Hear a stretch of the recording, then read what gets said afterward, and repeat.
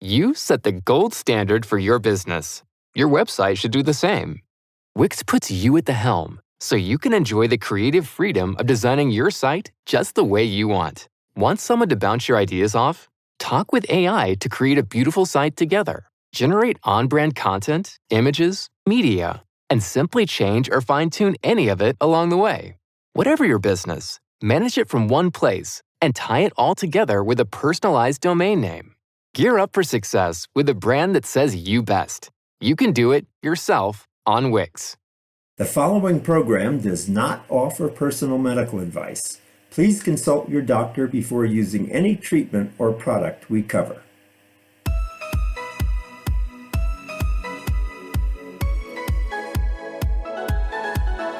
Welcome to Go to Health Media with your host, Jonathan Marks. We provide a welcoming environment where experts educate you on important health topics, answer your questions, and provide information from which you can benefit in consultation with your doctor. You can visit and subscribe to the show at gotohealthmedia.com. And now, here is Jonathan Marks.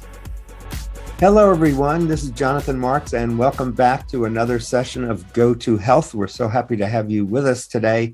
And today we're talking about a big topic. It's called the Big C sometimes. We're going to be talking about cancer. And almost 2 million people will get diagnosed with cancer this year and every year. And that means that there are 2 million families and friend networks that really get affected with this diagnosis. Care can go wrong in so many ways that you really have to make sure you're getting good care. And part of that care is how you take care of yourself and how you take care of your family and relationships. So my guest today, Dr. Kerry Forrestal, has written a book called Crushing Cancer, A Patient's Complete Guide to Managing a Cancer Diagnosis. And what he provides in the book is not about how your cancer is treated, because your doctor will work with you on that. But what Dr. Forrestal does is go through a game plan for how to manage your treatment, how to manage your finances so you don't get broke, how to spot cancer scams, because he says there are a lot of them that we'll talk more about, how to manage your workplace, and what legal protections you have. So stay with us, because this is going to be a very interesting discussion. If you know somebody who has cancer or there's been cancer in the family, I think this will be very helpful. So let me first tell you about Dr. Forrestal. He's been an emergency medicine physician for 21 years. But he's had other lives. For 17 years before that, he was a medic in emergency medical services. He's a member of a whale and seal stranding team. That's interesting. And he also holds a master's of business administration. He's been a professor at several colleges in both science and business. And he's been an officer in the New York Air National Guard, 106th Air Rescue Wing. He's also the founder of Career Culture Competence Initiative at the Stony Brook School of Medicine. He's a researcher in domestic violence. He's an ocean lifeguard on one of Long Island's busiest beaches, and he's taken several medical missions to Haiti. Dr. Forrestal has had cancer in his family, so he can speak from personal experience and also professional experience, because the emergency room is one place where cancer gets frequently diagnosed. So Dr. Forrestal, welcome to the program. How are you today? I'm excellent, Jonathan. Thank you so much for having me. Tell us about the book that you wrote. It's called Crushing Cancer, A Patient's Guide to Managing a Cancer Diagnosis, and people can buy it on Amazon. This is Dr. Kerry Forrestal. It's like Forrestal. But if you go to Crushing Cancer on Amazon, you will find that book. But Kerry, what led you to write this book for us? So, yeah, a lot of people find it a little strange that an emergency room physician, an ER doctor, wrote a book on how to manage cancer care. And there's really three main reasons that this happened. First, we find a lot of suspicion of cancer in the emergency department. So people come in, they've got a sore shoulder, we x-ray it in the upper lung field. You see something, well, we got to do something about that. We find a lot of incidental cancer. And it's always been very frustrating to me to say, yeah, you've got this big problem. Good luck with that. I've always wanted to do more. ER has always been my first calling. Oncology, I was interested in pediatric oncology when I worked up at DuPont, but ER, it was, for how I think and how I work was for me. So there was that element of it. And then the other is that in the emergency department, where do you go when things go wrong? It's one of the first places you go is to the emergency department. You call any doctor's office, they say, if this is an emergency, go, if you're worried, go to the ER or call 911. So I've seen a lot of the ways that cancer care can go wrong over the years and things that were avoidable. Things that if people had better information or they had access to something that could tell them what to do, they could have avoided a really unfortunate development. Cancer patients can't afford to lose ground. So giving stuff away that could have been avoided is definitely that's terrible.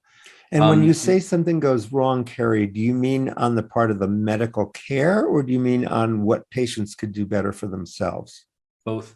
You see, there are a lot of times when people, not everybody can do cancer care the way it's prescribed. I can easily write a prescription for whatever medication you like, but if the patient can't afford it, can't get to it, they can't get it delivered from, then they start trying to adapt, and those things can wind up with some pretty terrible outcomes.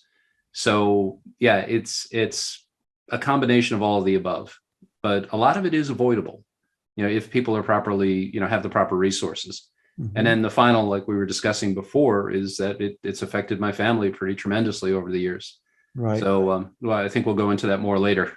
Yes, great, good. So tell us some chapters of the book. What do you cover in the book that would be helpful for people?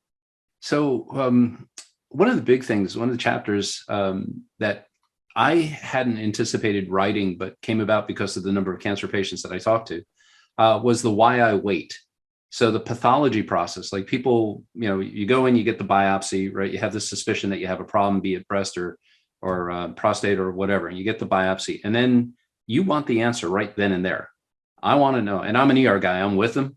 I'm like, I want to know right now what's going on. But sometimes the pathology process can take weeks. It can take up to 3 weeks, sometimes more. And people are like, well, why am I waiting? How can I reduce this time? And it's a simple strategy that can reduce a little bit of the time, is that when you get the biopsy, make the next appointment to get the result. Right. So that helps reduce that time. It's not like, okay, we've got the biopsy result. They call you and they say, we have to schedule an appointment. Now you have to wait that much more. So that's a way to shave some of the time off. And there's a new development now with medical records where you can access your medical records, as soon as they're available. And unfortunately, it's had the unintended effect that people are getting their cancer diagnosis by looking on their medical portal, and they have no way of contextualizing. It's like, yes, you are positive for, I had this discussion last night in the emergency department. Yes, you're positive for breast cancer. Right. And she was horrified. She had no way. So that's one of the chapters it was absolutely driven by the cancer patients. One of the big ones is the finance chapter. Fully 3% of all patients who are diagnosed with cancer will become bankrupt. Now, 3% doesn't sound like a huge number until you apply it to, as you said, 2 million people a year, right? In perpetuity. So that's a tremendous amount of people going bankrupt from this. There's also what they call financial toxicity. A lot of people are going to come out of this, trying to get their finances right for the next decade. So burdens of tens of thousands of dollars are not unheard of.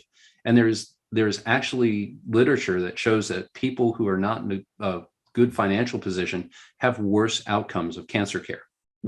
So literally your finances affect your outcome as much as your chemotherapy in some cases. Right. Might be an overstatement, but still there is an effect. Yeah. So, and people don't know the workplace protections that they have. They don't know how to use FMLA. And we go into all of those things. Right. And FMLA is what? Family Medical Leave Act. So that's basically protected time that you can get off to take care of medical problems for yourself or for your loved ones. And there are ways to use that and manipulate that you can string it together to get longer periods of time because it renews at the end of the year. So you can work with that to make sure you have the time off that you need to heal. Great. So let me go back to some basics here. Can you describe for us what is cancer And how does it get classified and differentiated? Because I know there are lots of different types of cancer, but let's go back to basics. What's cancer? How does it get classified? Okay, so cancer, when people ask that, the simplest thing I ask them to do is take your hands, put them together, right? Just like that. All right, go ahead and do that. Okay, I got my palms facing each other, fingers up. Yep. Right. Now look at your fingertips. Why are they both the same size to side? Right? They match up. They do. Index finger to index finger, right? They match up. They're the same size. Right. Now there may be some small differentials, but there is an off switch for growth in your body, right? It grows to a certain size and then it stops. It says that's as far as you go. That's the length that it has to be, and it keeps it there for a lifetime. Now wear and tear, maybe it shortens people, and certainly we can pack on the pounds eating too much, but we won't get taller from eating. We may get wider, but we're not going to get taller. Okay. Right. So the cells have in them an off switch. It says, okay, we're done. This is as far as you go. When that off switch gets broken, then you have uncontrolled growth. So cancer is actually a series of diseases whose common denominator is uncontrolled growth. There are a lot of different causes. There are chemical causes. There are viral causes, environmental exposures. There are a lot of different things that can cause cancer, but uncontrolled growth is that common denominator. Got it. Okay, good. And there's a classification system. I think it's called TMN. What does that stand for, and what does it mean? So this is in trying to figure out how to classify tumors. And you've heard I have stage 1 cancer, stage 4 cancer, which is the one that's at the top of the thing nobody wants. Right. So they look at the tumor size. They look at if any of the lymph nodes in the area are affected, or if there are any lymph nodes distantly. That's the N. M is metastasis. How far has it gone? Stage 1, it's right there. It's just one nodule. It's just, we know where it lives and we know how to get it. Stage 2 is a bit more spread. Stage 3 is more. Stage 4 is like above and below the diaphragm. And that's a main classification. There are others, like for brain tumors, there's a whole different classification. And most of it, we all talk about staging of cancers and what the prognosis is, what's the survival rate. That's a very typical thing. But all of these were never meant for patient prognostication. People don't come with an expiration date. If you have stage 4, adenocarcinoma of the pancreas, all right, that's not a great outcome, but you can't look at that number and try to judge what your survival rate is, because that's everybody who has it. That's the 95-year-old guy who's not going to do anything about it. That's the guy who won't comply with care. That's the guy who's got 5,000 other problems. So, it's a very human thing to do, to look at the survival rates based on that TMNN. But, it's really not meant for that. Your cancer is unique to you. And your outcome will be unique to you. So, it's always the first thing. I've had to talk a few people through that. I looked it up and I have stage whatever cancer, and this is like, you gotta come down from that. You are an individual, your cancer is individual, is an individual situation. So don't get wrapped up in the classifications of it. Leave that for the scientists and the doctors. Okay, good. So, and it really is your individual journey with cancer. Oh, yeah. And even if you've had cancer in the family, you might be genetically predisposed, but it doesn't mean that your cancer is going to express itself during your lifetime. Is that correct? Correct. Yeah, there's what they call, I don't want to get too far in the weeds with the fancy talk, but because you've read the book at this point, I speak plainly so that people can access what we're saying. Right. But the name of it is called the stress diathesis model. In other words, you have a predisposition to have something happen, but then you have to have the insult. You have to have something happen that sets it off. So it's like a pile of leaves is a pile of leaves until a match comes along, then it's a fire. Right. And a lot of things have to happen for that. It can't be raining. It can't be, the match can't be wet, whatever. So a lot of things have to happen for cancer to kind of kick off in us. And when it does, then okay, then we manage it. But it sounds like most of those kickoff events are environmental in some ways. Sure. Yeah, the things that we get exposed to. In some cases, it's us, but there are, for example, with breast cancer, you take BRCA, we know that there's a genetic predisposition. If you have Right. these genes, there's 60-80% chance that you're going to get breast cancer, and probably 40-60%. I'm a little foggy on the numbers this morning. Like I said, it's those overnights in the ER are catching up to me, but Yes. you'll get ovarian cancer. So, but yeah, a lot of it is environmental. You think about skin cancer and melanoma with sun exposures. Mm-hmm. You think about lung cancer with smoking exposures. You think about gastric cancers with alcohol, and then there are the whole viral thing. We think about the viral driven cancers. You have hepatocellular carcinoma, cancer liver of the cancer that's driven by hepatitis. And then the really truly miraculous thing that's happened in the last few decades, cervical cancer can now be cured by vaccination, Wow. prevented. So where Wow. cervical cancer was associated with what was called HPV or human papillomaviruses, Right. we can vaccinate with Gardasil against, not to plug their product, but we can vaccinate against getting the cancers or getting the viruses that will cause the cancer. So we live in an age where we can literally prevent cancer with vaccination. Amazing. I didn't know that. That's Yeah. wow. I'm glad I had you on that. We're sharing that information with people. Yeah. I had no idea. Good. Yeah, it's neat. The Cubans, I don't know how this is shaken out, but the Cubans are working on a vaccination against lung cancer. And I'm very foggy on that whole thing. I'm not 100% sure. I've seen a little bit of it, but I haven't dug into the Yes. literature to know if that's a real thing or if it's just, all hail the revolution. Right. So. Right. Okay, good. Now there are, and we have just a couple of minutes here. I don't want to speed things up too much, but there are a number of different kinds of treatments you can get after with a cancer diagnosis. So I've heard of radiation, chemotherapy. What are the various different possibilities here when people do get diagnosed? Okay. So moving in order through time, first was cancer surgeries. Right. So surgery back from the day, I don't know if I can, there it is. Let me do that. You see that guy back there? Yes. Right. That's the Edwin Smith Papyrus. It's the oldest known medical document in the world. They found it in Egypt, 20th century when they were all running around, 18th century or 19th century when they were running around grabbing everything out of Egypt. But it's a document from thousands of years BC that describe cancer surgeries. So surgery was first. Then Madame Curie did her thing, and we realized that radiation had some therapeutic benefit. I think there was an early case where somebody had a growth on their arm and they strapped a little radium to it and it made it go away. And then that's now come forward to a very, sophisticated radiation oncology, where we can shoot beams at the tumors at really deep spots that we can't get to, shrink them down or even remove them. My mom's done that twice now with her lung cancer. She's had 3 bouts. 2 of them have been treated with radiation. And it's amazing. She says, if I wasn't in the room, I wouldn't have known it happened, which is not something you hear for somebody who's treated cancer. Right. And in the 1940s, a guy named Stanley Farber came along and he came up with this idea. He actually is an interesting guy. He wasn't an oncologist. He was a pediatric pathologist. Okay. And he came up with this idea. Kids with leukemia back then were doomed. So he said, I have this idea. I'm going to give them this chemical. And the first round made the cancer go faster. And you figure that would be it, that we're not doing that ever again because the kids died faster. But they tried it again. It was a different time. And he figured it out. He's like, wait, no, flip it. I'm going to give a medicine called amphotericin. And he started saving kids. And you see the birth of chemotherapy. So that's the third wave in all of this. And now we've got some very, very sophisticated drugs that are doing some amazing things. But we live in the future. And we now see this rise of immunotherapy where they're doing unbelievable things.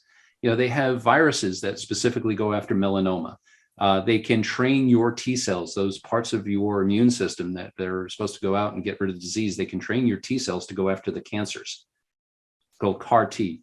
They're doing just amazing, amazing things. When I went through my undergraduate degree in biology, immunotherapy was interferon, and that was about it. That was about what you had. But now, like I said, it really is amazing. They are customizing the cancer care to specific people using their white blood cells to kill their specific tumor, which they train the thing to kill. And so, that's really a trend going on in medicine today, is really literally personalized medicine, personalized to you. Yes. And that's what you're talking about. That's what we're talking about. So, and it really is, it's amazing. I mean, there are thing, if I had people go away from this broadcast knowing anything, is that there is an army of people in your corner. You do not fight alone. You have this incredible array of unbelievably dedicated guys, and they're so smart, just working on this day in and day out, so you do not fight alone. Great. That's a good message. We're talking with Dr. Kerry Forrestal. That's Forrestal. He's written a wonderful book called Crushing Cancer, A Patient's Complete Guide to Managing a Cancer Diagnosis. We'll be back to talk more with Dr. Forrestal after these messages. Stay with us. We'll be right back. You are listening to Go to Health Media.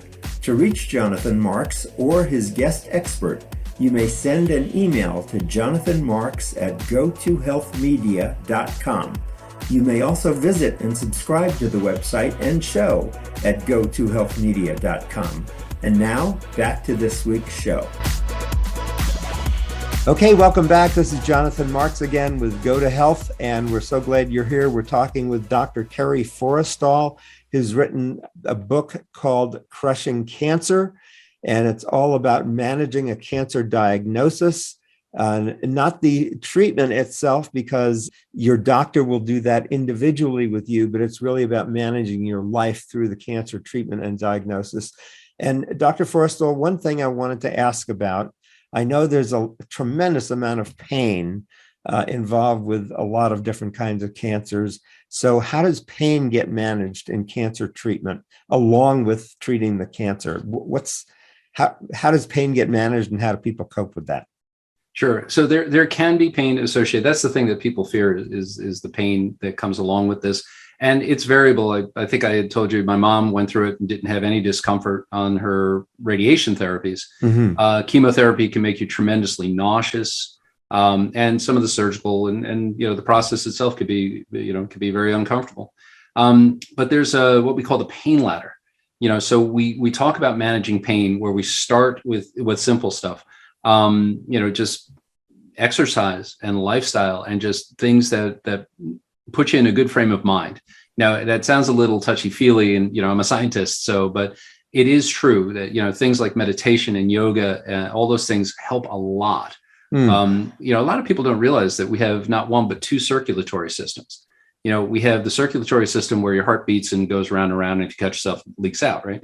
But there's also the lymphatic system. And the lymphatic system, which is critical to our health, is driven by our body's motion. Mm-hmm. That's the pump of it. So when you walk, you're actually driving the lymphatics. It increases your health or improves your well-being. Not to mention the mental effects. So we start with things that, when people say pain management, they think about opioids, they think about narcotics, but there's a whole lot of things that can be done that have nothing to do with medicine that will improve your general well-being. The healthier you are, the better the outlook and like that, the better off you're going to do.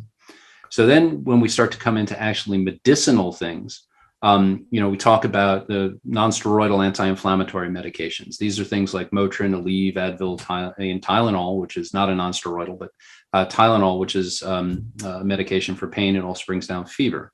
Mm-hmm. And then we start to work our way up into the more substantial narcotic medications. The first tier are things like Tylenol with codeine, Ultram. Tylenol with codeine, actually, you can get it over the counter in Ireland. It has a very low addiction potential. I think in Virginia, you could as well for a while.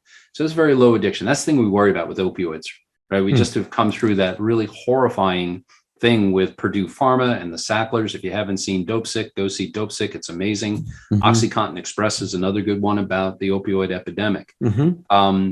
And people worry about addiction, but in the right hands, a responsible prescriber can manage your pain, and the addiction potential can be very manageable. You'll have to taper off. You may have to do some things to get off. Some people will get addicted.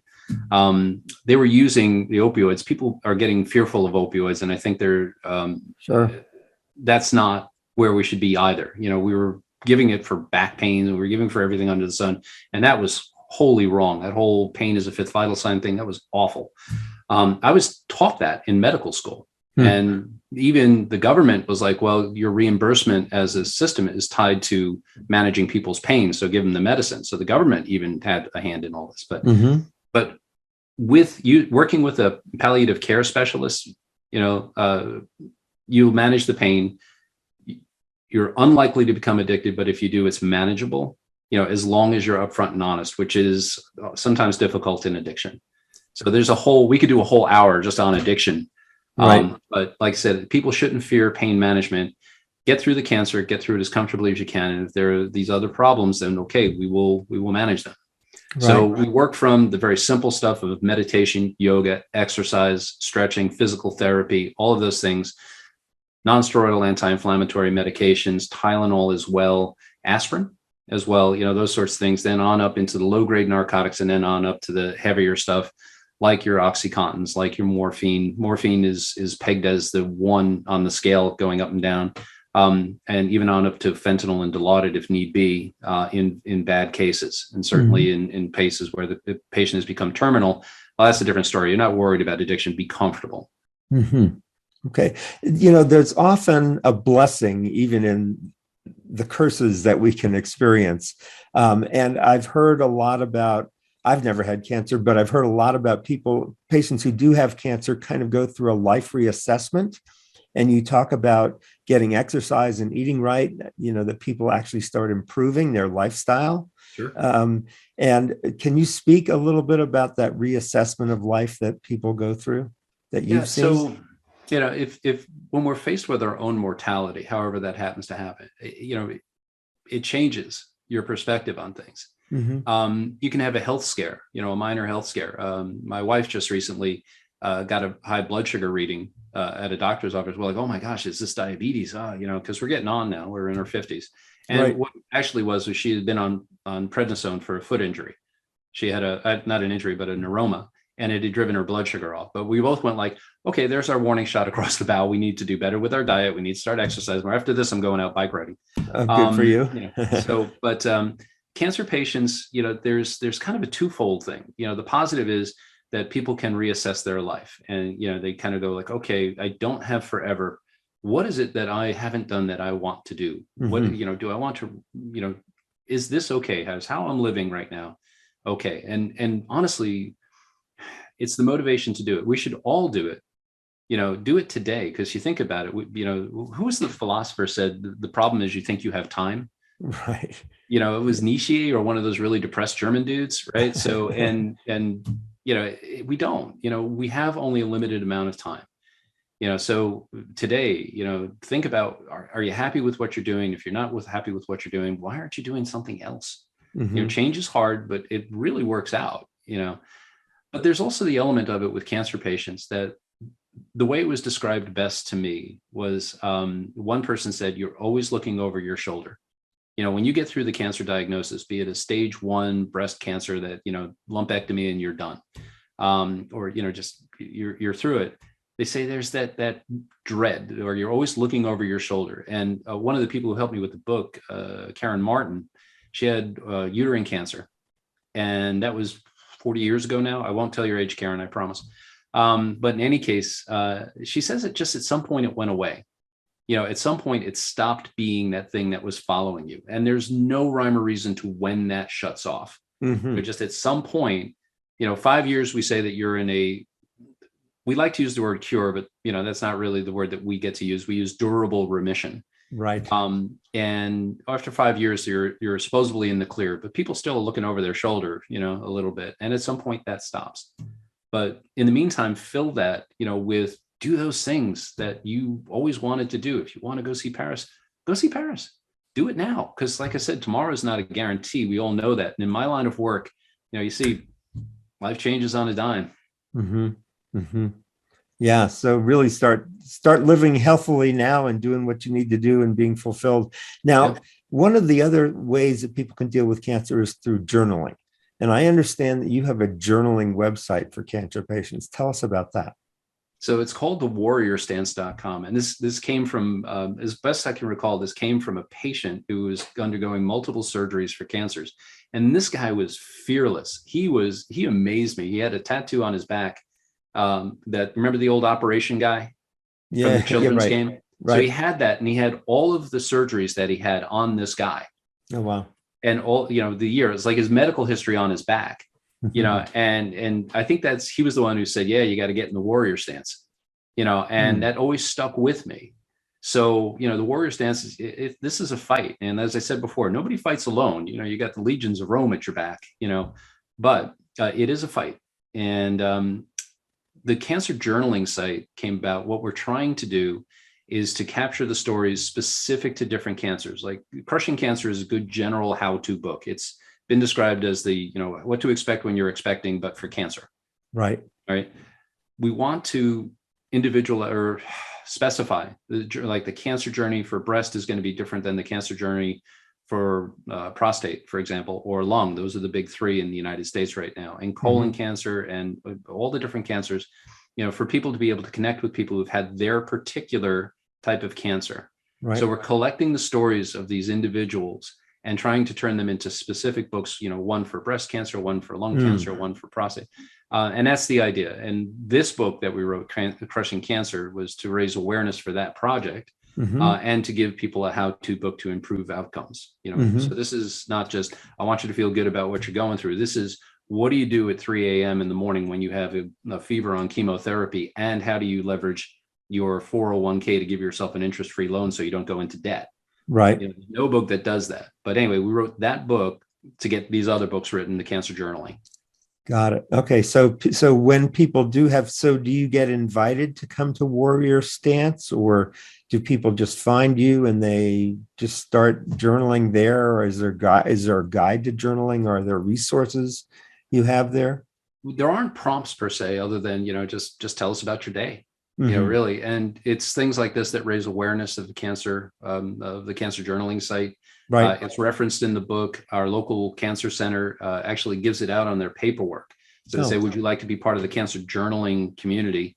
And they have that information. And we're trying to duplicate that now at cancer centers around the United States. Wonderful. So, we try to raise awareness with it, and it's not a forum. It's not a big place for discussion. It's not a Reddit or anything like that. It is literally like you have your personal journal online, right. And then if you give us permission to use it as part of the book, we can anonymize it. We cannot, that's entirely up to you, but we use your story to help the others who have your problem. Got it. Great. And there are resources on the site that people can download. Tell us about that. Yeah, again, as I said, the Crushing Cancer is a how-to book. So we have, for example, checklists for what you need in your medical bug-out bag. So if you do have a medical emergency, have it right by the door so that when you leave, you just pick it up and it's got everything that you need. Medical kits for home, checklists, financial checklists. We say for managing the finances of this thing that you should start from hour one, day one, of how to deal with the financial impact of this disease. And we start that with a budget. What do you need do you need 4 different subscriptions? Do you need Apple TV, Hulu, Netflix, and Amazon, and Paramount, and Joe's, and all like that? So those sorts of things from hour one, day one, to get your finances under control. And there's a budget sheet for that. There's a checklist for things for the doctor. There's checklists for things how to get going. And I made them all free online. People can download them all they like. So right. They're in the book, but they are downloadable. So Right. Good. So we're talking about Dr. Forrestal's website called Warrior Stance. That's warriorstance.com. And there you can download those helpful checklists that he was talking about. And those checklists and a lot of the resources are talked about in his book called Crushing Cancer, A Patient's Complete Guide to Managing a Cancer Diagnosis. So Dr. Forrestal, I know you've had some personal experience with cancer in your family. Can you tell us about that and some of the motivations that has brought to you to writing the book? Sure. Yeah. Cancer, unfortunately, runs very, very strongly in my family. I think I made mention mom's working on her 3rd bout of lung cancer. Wow. So heavy smoker for many years. And then finally stopped, and she did the thing that the smokers always do is say, I stopped smoking and I got cancer. Okay, that's not how that works, but sure.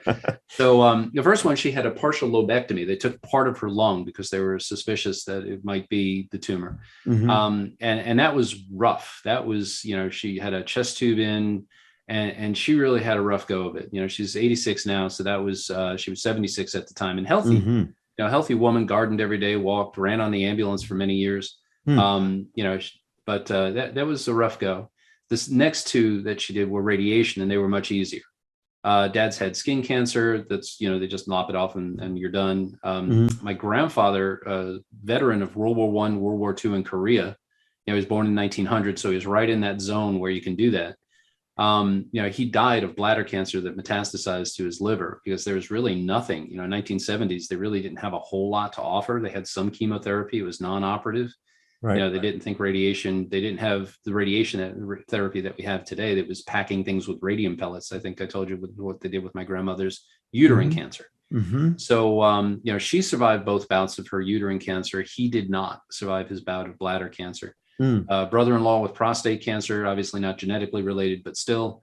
And then I have a cousin, unfortunately, who has brain tumor that we're kind of worried is not going to go very well. He's a pediatric ophthalmologist and just one of the most wonderful people you want to meet. So, runs very strongly in the family. I don't know if my number is going to come up. I was never a smoker, but, I certainly have my own environmental exposures. Right. Wow, that's quite a burden to carry, which is, a lot of cancer in the family. And then you're also dealing with cancer, as you said, very frequently in the emergency room.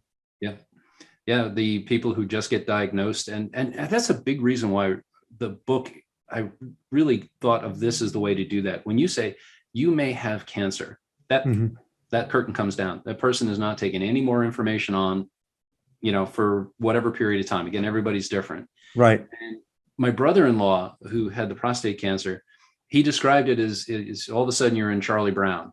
The guy's talking, but it's wah, wah, wah, wah, wah, wah, wah, wah. He got nothing of what they said to him. Karen Martin, when she got her diagnosis of uterine cancer, again, the doctor who helped me in writing this, she got home and she's very Italian, very, she's going to charge at this thing. And she started telling her husband, who's one of the most laid back guys on the planet, this is what we're going to do. And he goes, that is nothing of what you just said is what the doctor said to you. There wasn't a bit that was right about that. So he was there and listening as an advisor. Yes. So you should have somebody there listening, right? Because you got to have your wingman. You got to have, in my brother-in-law's case, my sister was there. And you have to have somebody who can hear the information because you can't when you get the diagnosis. Right. And that's what the book is about. So the book is when you're ready, open it and go. And it's a read what you need. It's not meant to be read cover to cover. You're going to read the chapters that are important to you at that time. Right. So it's a read as you need. And it's because people, like I said, they get that diagnosis and man, it's just all of a sudden you're offline for a day, a week, and there's to some extent people go offline long enough that it hampers their care. It actually creates a worsened outcome. Okay, so we're talking with Dr. Kerry Forrestal. He's an emergency medicine physician. He's written a book called Crushing Cancer, A Patient's Complete Guide to Managing a Cancer Diagnosis. You can find it on Amazon. He's also got a website where cancer patients do journaling of their cancer journey. And it's really to help contribute, if they wish, to other books that Dr. Forrestal is writing about different kinds of cancer and patient experiences. And that website is warriorstance.com. You're listening to Jonathan Marks and Go to Health Radio and Go to Health Media. Stay with us. We'll be back with Dr. Forrestal in just a few minutes after these messages. We'll be right back. You are listening to Go to Health Media. To reach Jonathan Marks or his guest expert, you may send an email to jonathanmarks@gotohealthmedia.com. You may also visit and subscribe to the website and show at gotohealthmedia.com. And now, back to this week's show. Okay, this is Jonathan Marks at Go to Health Media. Welcome back. We're talking with Dr. Kerry Forrestal. He's an emergency physician. He's seen a lot of cancer in both his family and also the emergency room. And he's written a book called Crushing Cancer, A Patient's Complete Guide to Managing a Cancer Diagnosis. He's also got a cancer journaling site at warriorstance.com where patients can go and journal about their cancer and actually inform others about what it's like going through particular types of cancer that they may be experiencing. So Dr. Forrestal, let's talk about handling finances. I know that's a big part of your book. What do people need to know about handling their finances during a cancer diagnosis and treatment? Sure. So this is one of the biggest topics. It's the longest chapter in the book. And handling your finances actually will or can affect your outcome. So, and it makes sense. If you don't have the money to buy the medications, for example, that you need for whatever is going on, you're not going to get a good outcome. If you can't afford the gas to get to the appointments, if, you know, those sorts, so it has a direct effect. The way you manage your finances has a direct effect on your cancer care. So what we advocate in the book, again, in my background, I took a Master of Business Administration from Binghamton University, and tremendous program up there. But, you know, one of the things we talk about in the book is from hour one, day one. So you start this process, not when you start to get into trouble, but right from the second they say, you have this diagnosis, you're going to call, you know, you have your first calls that you're going to make, you know, who's going to take care of the kid or the pets or whatever while I'm doing this, you know, all those sorts of things. Then you need to sit down and think about your finances. Mm-hmm. Now, the conversation that you have, let's say you're renting a place, and the conversation that you have, let's say 6 months into treatment when you're behind on your rent, and the guy's like, look, I want my money, or you got to get out, and you're looking at eviction. That is a different conversation that you're going to have if on day one you say to him, I have a fairly serious health burden here. I have a problem. If you feel comfortable telling him that it's whatever type of cancer, that would probably help. But if you don't feel comfortable doing it, you shouldn't be obliged to do it. And you say, I may get into some weeds here, you know, with what's going on, but I'll make it right. That's a different conversation than when you're trying to fight off the bill collectors. Mm-hmm. You know, and you call everybody that you're going to owe money to, you know, the guy who, you know, the electric company, the water, you know, all of those people say, look, I've got this problem, you know, what programs do you have to help me? Right. Now, there's a tremendous system that nobody knows about, right? Okay. Nobody knows about this, and it's all over the United States. And I love these guys. It's the 211 system. So now what this is it's an informational system, right? That if you need, let's say, help with your bills, you can call them. All right. Now they're not going to help you with the bills, but they're going to have the people who can help you with the bills. So my brief thing with them is I called them up and I said to them, let's say I was starting a cancer care thing and I needed help with my electric bill. You know, who could I call? And they localize it to my zip code. So they asked me for my zip code and they said, this guy can all help you. The Salvation Army can help you, but you got to do it at the beginning of the month because the money goes quick. Mm-hmm. Right now, I'm in the emergency department, so I know each of those is accurate. Mm-hmm. Right. So they were right on the money. I said, okay, I'm a veteran. I say, okay, then you can do this, this, and this. And it works everywhere in the United States. So it's an amazing service that nobody knows about. Wow. Right. So you start day one, hour one, you know, talk to the people that you're going to owe money to so that you get that latitude so you don't have to be sweating bills. Second, consolidate everything that you can. If you have some home equity, it's a lousy way to go about it. But, you know, if you have a home equity and you can pull all those credit cards together and just get them out of your hair, that's a good way to go about it. So a consolidation loan, well, you know, it can be not great. You want to reduce the number of mouths that you're feeding. All right. And then, like I said, what don't you need? I think we had talked earlier and said, you know, do you need 4 or 5 different subscriptions, Hulu and Paramount and Amazon and Netflix and, you know, whatever else? There's some great stuff on there, but do you need all 4? Right. And reduce the amount of mouths that you're feeding. And, you know, the other thing is, especially if you have kids. And when you say mouths that you're feeding, you don't mean get rid of your kids. You're just talking about. If they're behaving okay, you can keep them. You know. So, but yeah, no, the amount of bills that you have to pay off, you know, so, but, you know, talking about kids, you know, you and I have lived a life. We know that we can, you know, we can do what we have to do to survive and probably wouldn't faze us a whole lot, you know, so if, you know, we had to, you know, cut whatever corner, it was a corner that we're cutting. But if you have kids in your life, you know, where they're taking ballet or they're taking something else, you know, to have to reduce that for me, it would kill me. You know, if I had to tell my daughter that, you know, you can't do this because, you know, right.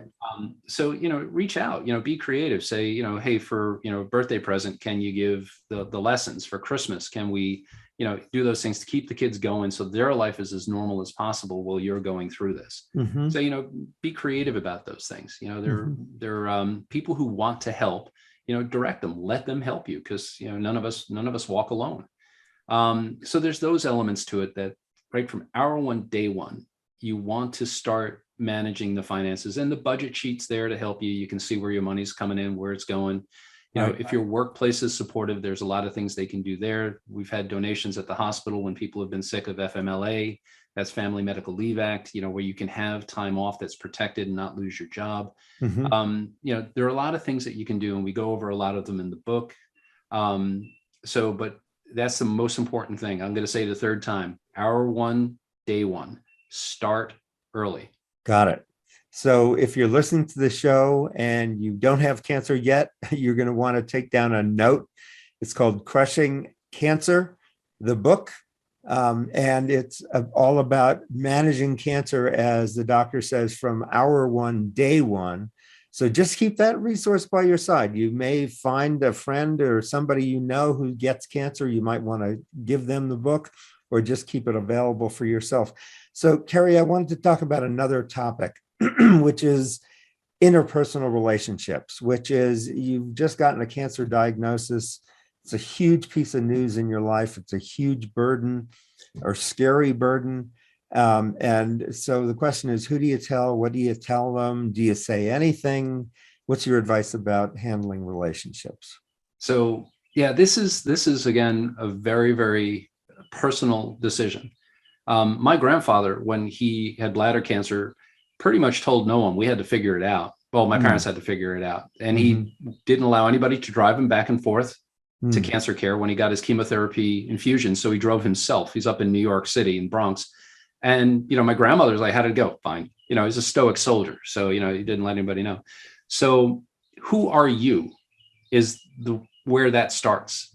You know, some people are going to put it on Facebook and Twitter and Instagram and everything. So, oh my God, I've got this cancer.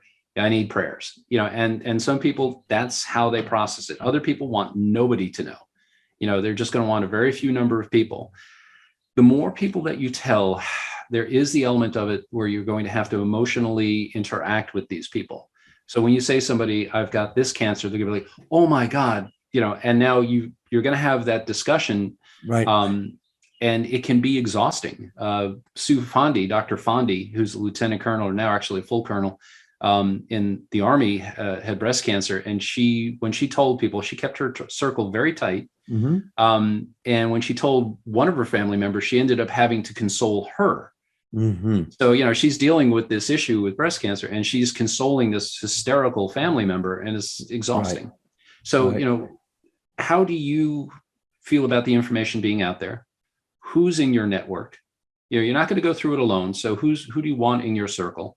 And really, for what reason? You know, there are people who are going to, you know, want to know what's going on so they can go have something to tell other people. You know, there's that group of people. And to some extent, that actually could be a useful person to have in your life. You know, if you don't want to tell everybody, but you want everybody to kind of have some idea of why you're acting weird, tell Aunt Edna, the town crier. She'll tell everybody. You know, she'll shop your business, and you don't have to do it. You know, and the other thing with interpersonal relationships is we are terrible in this country about talking to people who are sick. It gets very awkward, and people say some truly moronic things. You know, it's you've got cancer. Oh, good. You'll be able to lose some weight. When, you know, that's when that's come up. There's a whole section in the book of things people say that are you just shake your head. And, you know, they're not trying to be malignant. It's just, we don't know how to talk to people who are sick. We have, you know, it's common, you know, 1/3 of all Americans are going to get cancer, you know, so these conversations, they're going to happen. There's a book called The Etiquette of Illness, and it's brilliant about how they talk about, you know, how you talk to people who are sick. You know, and the best advice I can give you is don't gush, don't force, don't whatever. Listen, just listen to the person. Say, hey, listen, I'm thinking about you. If you need anything, what can I do? How are you doing? Right. That's just being supportive. Yeah. So, like I said, it's a very individualized thing. Some people are going to put it on blast. Some people are going to, you know, hold it close. So, and it's all okay. It's all okay. Yeah. There's a great, Leah Guy does a great podcast, and she did some stuff about toxic positivity, about how we want our cancer patients to be happy warriors. You know, and there are a lot of them who are like, yeah, man, this is giving me a new leaf on life. I'm going to beat this thing. And they're very tough, but we shouldn't oblige sick people to be happy warriors. You know, you shouldn't feel the obligation to put on a happy, brave face. So it's you have to go through what you're going through honestly. And if you can't be around people, then it's okay. You shouldn't be obliged to be around people if you're not there. I would think that there's a lot of anxiety about, do you tell your employer? Don't you tell your employer? What do you tell them? And give us some advice about, telling your employer, but also, are there legal protections you can have? I'm sure everybody's afraid of losing their job just because they got a cancer diagnosis. Sure. Tell us about that. So again, it comes down to, who do you work for? If you have a toxic workplace and this is a good, they're looking at, okay, well, we're going to have to let this guy go because he's not going to be able to hack it and all. If you work in that sort of environment, I probably wouldn't be very forthcoming. And even if your insurance is through your workplace, your boss has no right to know that you have cancer. None. Like I said, even if they're paying for the insurance to treat it, they do not have access to your medical records. All right. That's HIPAA. That's the healthcare confidentiality stuff. So your information is protected. But if you work in a workplace where they're like, yeah, let's all band together, then it's a really good idea to let them know, again, early on, before you start missing work because the chemotherapy is making you feel lousy, or you have your, whatever happened, you become violently ill at work, for a couple of days in a row or a couple of weeks in a row, because you're doing chemo. And it's really tragic that we've had one of the people who works in our emergency department, who passed, unfortunately, of colorectal cancer, had to keep working through the cancer because she needed the insurance. We should have some way of perpetuating people's insurance coverage when they become sick like this. Right. Now, Social Security and disability, they do have, there's a blue book of cancers and stages and all like that are automatically qualify you for disability, but there's a lot of cancer that doesn't. So, it's where you fall on that whole thing. It's an unfortunate thing that you have to be fairly sick to get that disability protection. Right. So the sicker you are, the better off you are from that standpoint. Right. Which is absurd. If you have cancer, you should not have to worry about your insurances. You should automatically be, in my mind, eligible for Medicare, Medicaid, so that you can treat your cancer. It doesn't do me any good to have untreated cancer patients out there. Right. It doesn't do anybody any good. So, and then we'd also talked with workplace protections. If you have qualified for disability, then you get all the protections of the Disabilities Act. So, but if you haven't, you don't, so wrongful termination, it's a very complex network of right to work states and not right to work and all like that. So, but to understand clearly what your workplace dynamics are, are they looking to move you out the door? Or are they going to rally around you? Good. So we've been talking with Dr. Kerry Forrestal, MD. He's an emergency medicine physician. He's written a book called Crushing Cancer, A Patient's Complete Guide to Managing a Cancer Diagnosis. And as he's saying, this is a book that you can use from hour one, day one, about how do you treat a diagnosis of cancer. Now, again, the book does not go into medical treatment because that's between you and your doctor, but there's a whole life you're living. Cancer diagnosis is not a death sentence. There's a lot of things that can be done to live productively with cancer and even have cancer go into remission. Correct, doctor? Oh, yeah. Yeah. And like I said, we live in the future. So more and more, cure is the rule, or durable remission. I got to use my science words. Got it. Right. But it's the rule, so the cancer cure rates are getting better every day. Good. So again, if you get cancer, you've gotten a diagnosis, this is a book for day one, hour one, Crushing Cancer, A Patient's Complete Guide to Managing a Cancer Diagnosis. And Dr. Forrestal also has some very interesting downloads that can be of help to you. He discusses those in the book, and that's at his website called warriorstance.com. You can download those resources for free. It's under the resources tab. I've been there.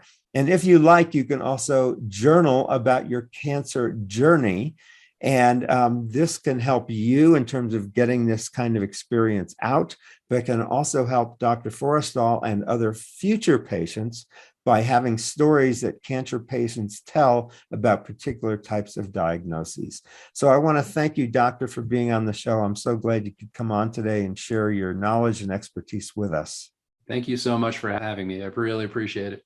Good. So this is Dr. Kerry Forrestal, Again, his book is Crushing Cancer, a Patient's Complete Guide to Managing a Cancer Diagnosis. And this is Jonathan Marks with Go to Health Media. We will see you again next week. Thanks so much for being with us, and we look forward to having you again next week. Take care, everybody. Bye-bye.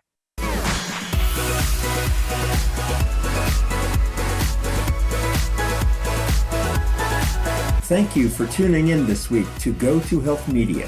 Be sure to join Jonathan Marks and another health expert next time. You can also catch the program on your favorite podcast platform. Until our next show, be sure to visit us on the web at gotohealthmedia.com and elevate your life.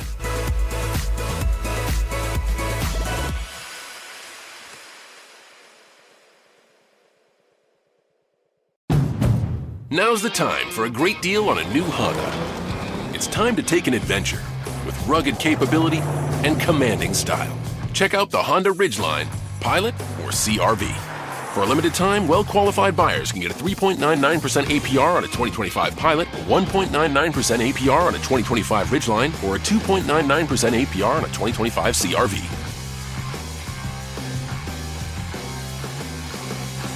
See dealer for financing details.